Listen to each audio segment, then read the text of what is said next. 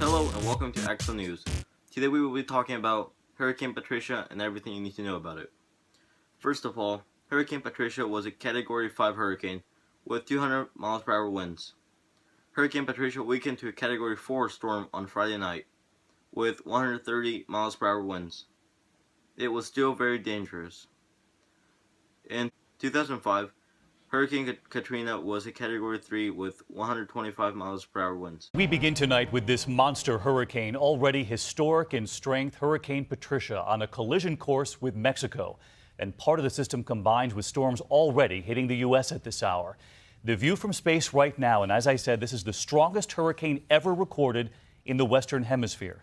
Its winds right now far more powerful than Katrina and Sandy. Tourists in Mexico being rushed out. This image from Puerto Vallarta. Several airports already shut down. The track, as we come on the air, all the way to Texas before it's done. Hundreds of thousands in its path. Americans in Mexico being rushed out. ABC's Matt Gutman is in Mexico leading us off. Bracing for catastrophe as the record-smashing hurricane barrels into land tonight. Those left in its path told to shelter in place, including tens of thousands of Americans. Hurricane Patricia hitting the popular vacation area of Puerto Vallarta. In town, stores closing, the streets empty, windows boarded up. The airport now closed. The sandbags piling up, anticipating the dangerous storm surge. Stacy Zapar from San Diego on vacation with her husband and 2 children, stranded. We've been running around trying to find a way out. We're a little concerned, but we're trying to keep our game face on for the kids. Anchor Marcus Moore from our affiliate WFAA is just north of Puerto Vallarta. This is actually a mobile hospital that is being mobilized ahead of the Hurricane Patricia. This record-setting hurricane is the strongest ever to hit the Americas. 200-mile-per-hour winds, enough to make cars, even planes, go airborne. The lowest pressure ever recorded. By contrast, when Katrina hit the Gulf Coast, it was a mere Category 3 with 125-mile-per-hour winds. And by the time Sandy hit the Northeast, it was no longer considered a hurricane, though it still had strong winds. Hurricane Patricia is expected to bring life-threatening flash floods and mudslides. If there is a silver lining, it's that Hurricane Patricia is a fast-moving storm, meaning it may not linger in one area. Small comfort for these newlyweds on their honeymoon, forced to evacuate their hotel by bus. Going to a school, apparently. So far, so good. David Lloyd is planning to ride out the storm in his high-rise. So this will be our safe room. We've got a door there that'll keep us protected from any flying glass. It's also being reported that people living in rural areas may yet not know how apocalyptic the impact of this storm could be. Who knows what kind of scenes we'll wake up to in the morning. David?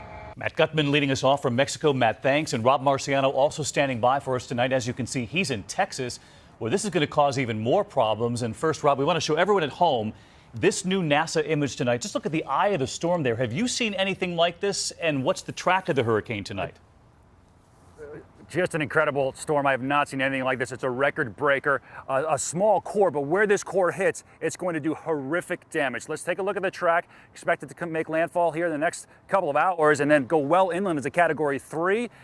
Mudslides, flooding going to be an issue there. It gets torn apart a bit, but at least a piece of this, David, does make a run at Texas. Meantime, you're already standing in the flooding there in Texas. 20 million Americans across the South bracing for more flooding, which could be made worse by this hurricane.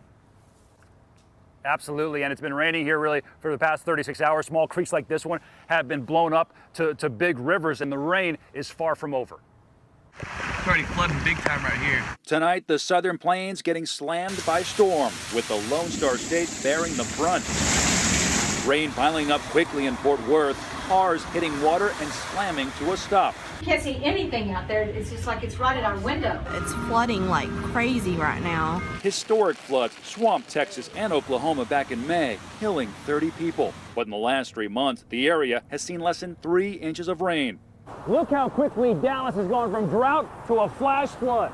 Already a half a foot of rain falling across the Dallas-Fort Worth Metroplex. Over 400 flights canceled in and out of DFW. And now over 20 million in the flash flood risk zone.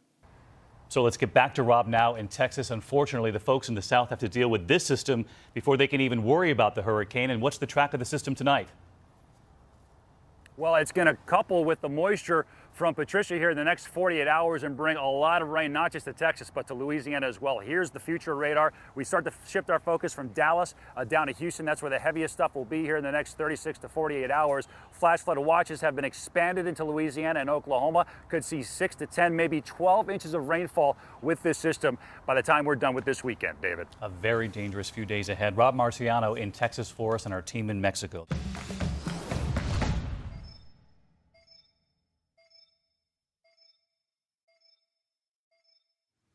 This hurricane took place in southern Mexico.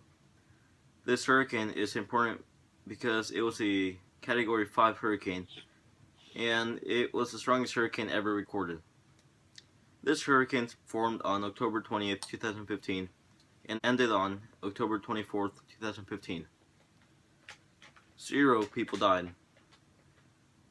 Here's an interview I had with Anthony Perez, a representative of Save the Children in Mexico. Do you think this will be a huge challenge for Mexico's government? Patricia will be a huge challenge for Mexico's government. A lot of homes, especially in some areas, are made of flimsy materials, and with the winds being so strong, many of the families will be losing everything. So that epic hurricane that slammed into Mexico, feeding into the rains there in Texas. Hurricane Patricia, there at its peak. Look at the size of that hurricane. One of the most powerful hurricanes ever recorded in the Western Hemisphere. Now the cleanup begins. Families trying to put their lives back together. ABC's Matt Gutman in Mexico in the wake of the storm. Hurricane Patricia pounded Mexico's coast. The rising Pacific swamping towns. The winds contorting these palm trees, lopping off others. As the storm swept inland overnight Friday, we traveled to the devastation zone, plowing through knee-high water. Pretty treacherous driving. In the morning, an endless convoy of trucks carving open the roads.